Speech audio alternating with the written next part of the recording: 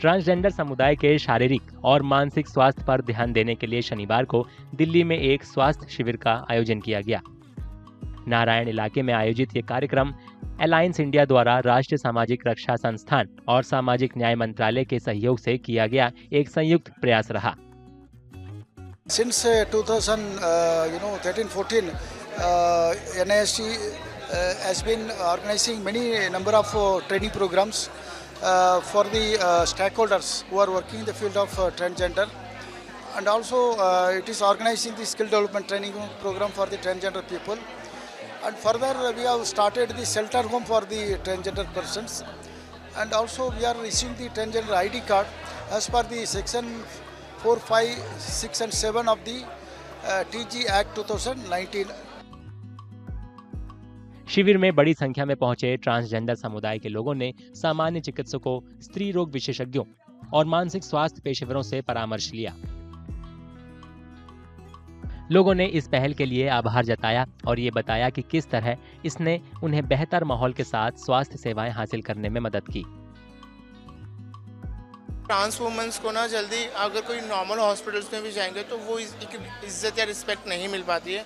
100 लाइनें और वो कंफ्यूज हो जाती है कि किस लाइन में मैं लगूं, मैन की लाइन में लगूं, वुमेन की लाइन में लगूं, तो वो ना अधिकतर मना करके ही निकल जाती है वहाँ से चीज़ें।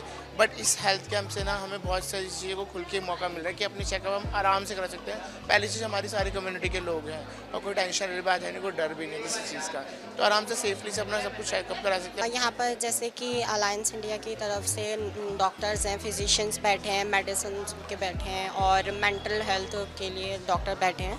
तो मेरा मानना ये है कि जैसे कि नॉर्मली ट्रांसजेंडर कम्युनिटी के लिए या LGBT कम्युनिटी के लिए हम कहीं भी किसी मतलब जनरल सोसाइटी में जाके हम ओपनली नहीं दिखा सकते हैं डॉक्टर को।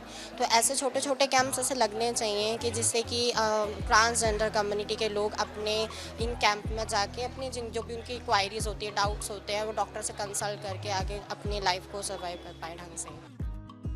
इलाज कर रहे डॉक्टरों ने पाया कि ट्रांसजेंडर मानसिक स्वास्थ्य चुनौतियों के प्रति ज्यादा संवेदनशील होते हैं। उनके मुताबिक ऐसा अक्सर उनके पिछले अनुभवों और उनके सामाजिक संघर्षों की वजह से होता है। Transgender community mostly suffer from mental health issues like depression, anxiety and also addiction issues are also there in the transgender community, and also due to their sexual practices are also very prevalent, and that issues are more common. Transgender समुदाय के लोगों के सामने स्वास्थ्य सेवा तक पहुंच बनाने में आने वाली चुनौतियों को ध्यान में रखते हुए आयोजकों ने जागरूकता बढ़ाने और बेहतर मदद देने के लिए भविष्य में और ज्यादा स्वास्थ्य कार्यक्रम आयोजित करने की योजना का ऐलान किया। बेसिकली जो बेसिक हेल्थ केयर फैसिलिटीज़ भी होती हैं वो अवेल नहीं कर पाती कम्युनिटी, तो एक ही जगह पे डॉक्टर्स का होना, जैसे कि मेंटल हेल्थ काउंसलिंग के लिए गायनेकोलॉजिस्ट, ट्रांस मैन का विजिबिलिटी बहुत कम रहता है, तो यहाँ पे हमने कोशिश किया कि ट्रांस मैन को भी इंक्लूड किया जाए। इस कैंप के थ्रू हम ये भी कोशिश कर रहे हैं कि सिर्फ हेल्थ की चीज़ों के ही फोकस नहीं करें, जैसे मैंने बोला कि होलिस्टिक डेवलपमेंट पे हम फोकस कर रहे हैं, तो क्या TG कार्ड या और जो भी गवर्नमेंट फैसिलिटीज़ हैं उनको भी अवेयरनेस स्प्रेड करें। We are going to conduct a similar kind of program in the near future also. In the next Saturday also we are going to conduct such a health camp to transgender people, and what we require is wide publicity is required. So what happened, we need almost all the transgender people to come and participate in this health camp and take the support of the doctors who are going to be arranged here. And really I find it very interesting and useful to the transgender people, and in the forthcoming year also many more such camps we have plan of organizing. इन संगठनों की लगातार कोशिश से भविष्य में transgender समुदाय के लिए ज्यादा जागरूकता पैदा करने और सुलभ स्वास्थ्य सेवा प्रदान करने के लिए ऐसी और पहल की जानी तय है।